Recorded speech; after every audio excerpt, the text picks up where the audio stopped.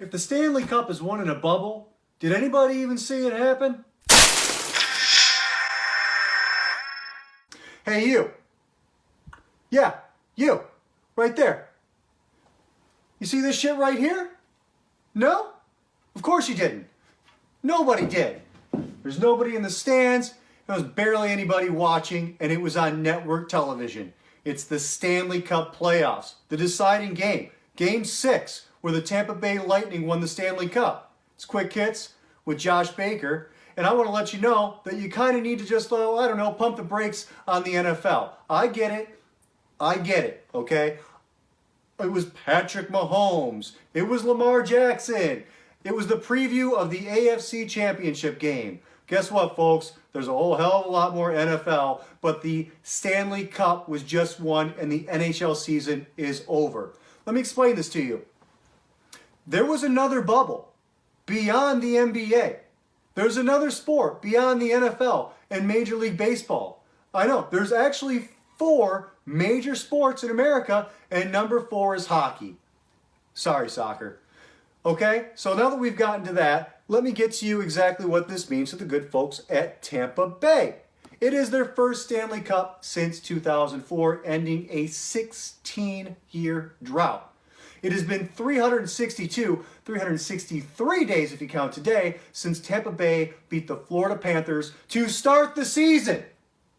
Yeah, almost 365 days of hockey with one little break for that little pandemic thing that we had going on that caused this whole bubble situation. Have you forgotten about hockey, Detroit? After all, we are Hockey Town. Steve Yzerman is a big part of our hockey culture. He's building something here in Detroit after he had, as a player, built something here in Detroit. But in between those two things, he built something right there. Well, not there. That's Edmonton. Okay, that's where the bubble was. But in Tampa Bay, the Tampa Bay Lightning are his baby to some accord. So make sure you, next time you see Steve Yzerman, because you know you're going to see him in the street all the time, shake his hand. Say, good job with the Tampa Bay Lightning. I know you're not there anymore, but we can definitely see the fruits of your labor. Now, on to the hardware portion of our show.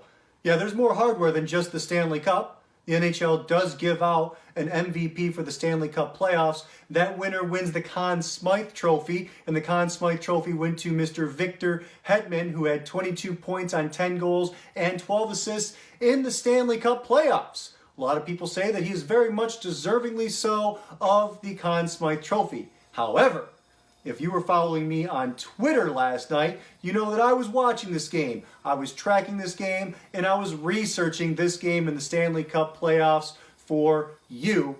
And I made a very good point. A point that Braden Point had enough points to make a great point to be the MVP of the Stanley Cup playoffs and win the Conn Smythe Trophy. How many points did Braden Point have?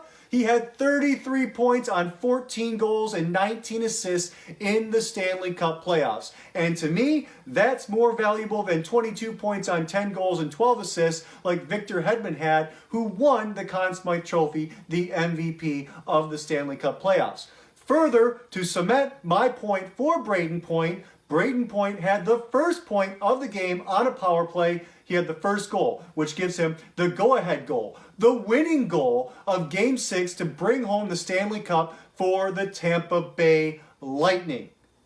But I digress. I think I've made my point. That is the end of the NHL season. The bubble has burst. It's over. The first championship of 2021 in a bubble has taken place, and it is the Stanley Cup won by the Tampa Bay Lightning. It's Quick Hits. I'm Josh Baker, and in the spirit of Michigan hockey, see ya!